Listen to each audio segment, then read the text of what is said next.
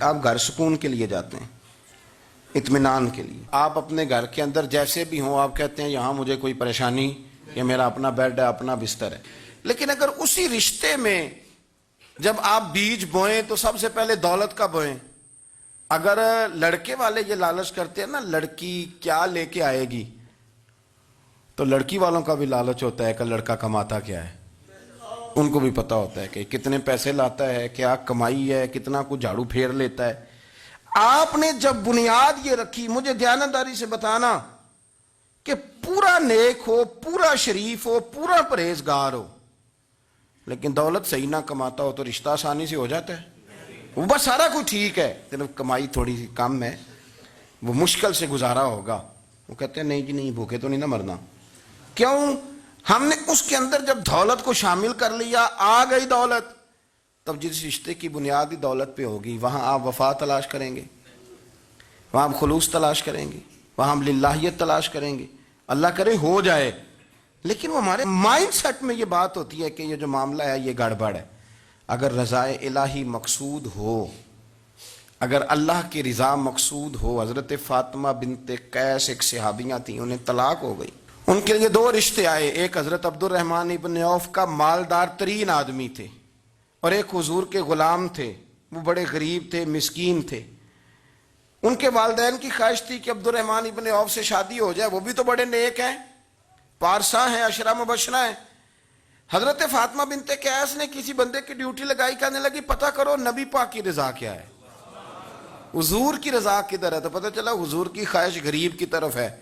تو وہ خاتون اپنے ماں باپ کو کہنے لگی میرا نا اس غریب سے رشتہ کرا دو. انہوں نے کہا پتر بیٹیوں کے بارے میں ماں باپ بڑے احساس ہوتے ہیں، ہم چاہتے ہیں کہ عبد الرحمن ابن عوف مالدار ہے تو وہ بھی تو نیک ہے نا، حضور نے دنیا میں جنت کی بشارت دی اور ان کا بڑا اعزاز ہے، حضور نے ان کے پیچھے نماز پڑھی، بڑا مرتبہ بڑا مقام والا صحابی ہے، وہ تو غریب آدمی ہے. اور پھر حضور نے حکم تو نہیں نہ دیا، خواہش کا اظہار کیا ہے. اس بی بی کے جملے بڑے شاندار ہیں. کہنے لگی آپ مجھے اللہ کی رضا کے لیے نا میرے نبی کے حوالے کر دیں، مجھے امید ہے اللہ رسول مجھے کبھی ضائع نہیں فرمائیں گے. مجھے حوالے کریں رسول کائنات. چھوڑیں کو ضروری ہے دنیا داری ہر طرف دیکھنا، کہیں کوئی کام ایسا بھی تو ہو نا جو محبت کے زور پہ ہو، جو محبت کے لیے ہو. ہمارے پاس بڑے سارے لوگ آتے ہیں، بڑے سارے لوگ آتے ہیں، اور ہم اس قابل بھی نہیں جتنے لوگ آ جاتے ہیں. میں صحیح کہہ رہا ہوں، بالکل کوئی حیثیت نہیں، 1% بھی. جب پلٹ کے دیکھتے ہیں تو شرم آتی ہے کہ یار اتنی دور سے بندہ چل کے آ گیا، اس کو کیسے سمجھائیں، کس طرح کر کے. تو ایک بزرگ آ گئے اور وہ اچھے صاف ستھرا ان کا مزاج تھا، بڑے شاندار. تو میں زیارت کے لیے ہوں. تو میں نے کہا زیارت شیارت والا تو کھاتا کوئی نہیں، چلو آپ آ گئے ہیں تو کوئی حکم کریں. تو کہنے لگے کوئی حکم نہیں، میں اللہ کی رضا کے لیے آیا ہوں. یہ کوئی تقریر نہیں تھی، ایک خطبہ نہیں تھا، نہ ان کے سامنے سپیکر تھا، نہ وہ شور کر رہے تھے، نہ وہ نعرے لگوا رہے تھے، نہ وہ ہاتھوں پہ ہاتھ مار رہے تھے. اور اس بندے نے کہا اللہ کی رضا کے لیے آؤں، تو وہ بھی رو پڑے تو میں بھی رو پڑا. ختم ہو گئی بات. اب بات کو سمجھیں، یہ اتنا تگڑا رشتہ ہے نا یار.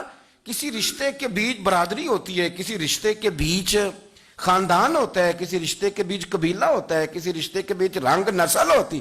وہ کتنا تگڑا رشتہ ہے کہ دو بندوں کا رشتہ ہو، ایک بیچ میں خدا ہو، دوسرے محمد مصطفیٰ ہو. آپ کتنا اسے مضبوط رشتہ سمجھیں گے جس کے بیچ اللہ رسول ہو. اتنا تگڑا رشتہ، اتنا مضبوط تعلق، اتنی وسعت اس کے اندر. اللہ کی رضا کے لیے حضرت موسیٰ کلیم اللہ علی نبینا علیہ الصلوۃ والسلام سے رب کریم نے فرمایا، کہا اے موسیٰ میری رضا کے لیے بھی کوئی کام کیا ہے؟ حضرت موسیٰ علیہ السلام نے عرض کی یا اللہ میں نے تبلیغ کی. تو فرمایا وہ تو آپ کی ذمہ داری تھی. امام غزالی نے روایت لکھی ہے، اے اللہ میں نے آپ کے تمام احکامات پہ عمل کیا، موسیٰ وہ تو آپ نے کمال کیا، اللہ کے پیغمبر ہیں، تو میری رضا کے لیے تو یا اللہ تیری رضا کے لیے کیا ہے؟ تو رب کریم نے فرمایا کسی بندے سے صرف اس لیے پیار کیا ہے کہ وہ اللہ کا بندہ ہے، فقط اس لیے پیار کیا ہو کہ وہ اللہ کا بندہ ہے، فقط اس لیے. میرے عزیز آپ بات کو سمجھیں، زندگی میں فروغ محبت پر کچھ کام کریں.